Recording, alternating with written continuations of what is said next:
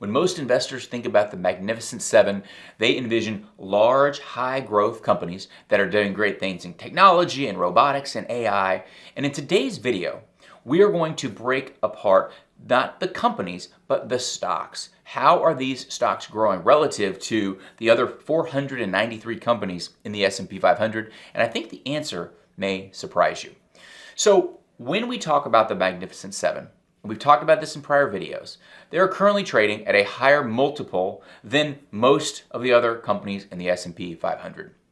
And now what does that mean to trade at a higher multiple?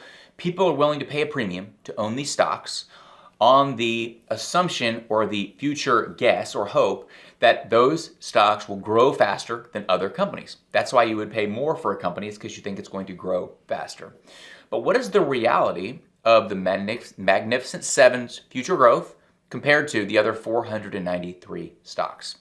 Well, let's look at this chart here. This chart here looks at the S&P 500 companies that have earnings or expected earnings growth over 25%.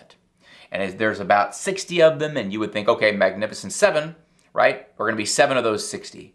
But what's the reality? The reality here is only one company in the Magnificent Seven, and that's NVIDIA, has earnings growth or projected earnings growth over 25%. So that company lands, NVIDIA lands right here where this red bar is. Every other company on this list is not in the Magnificent Seven. It's in the S&P 493. It's in the remaining companies.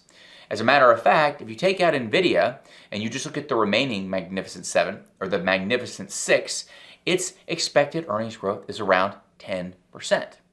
Well, comparing that to the rest of the S&P, its expected earnings growth is around 9%.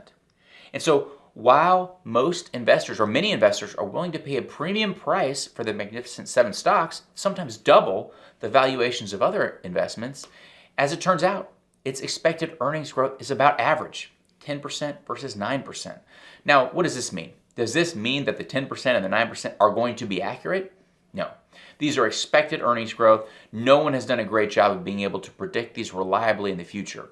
But what it does tell us is that the earnings growth that we saw in the past has started to slow down with some of these larger high growth companies. However, the price of these companies has not adjusted. And so you think, okay, why does this matter? I'm not going out and buying Tesla or NVIDIA or any of these large stocks. Maybe you are, maybe you're not.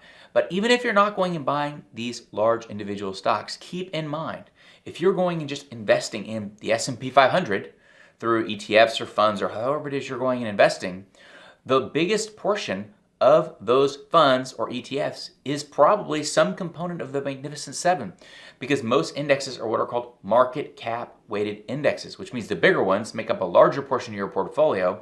So whether you meant to or not, by investing in the S&P 500, you are allocating more to the Magnificent Seven at that premium price.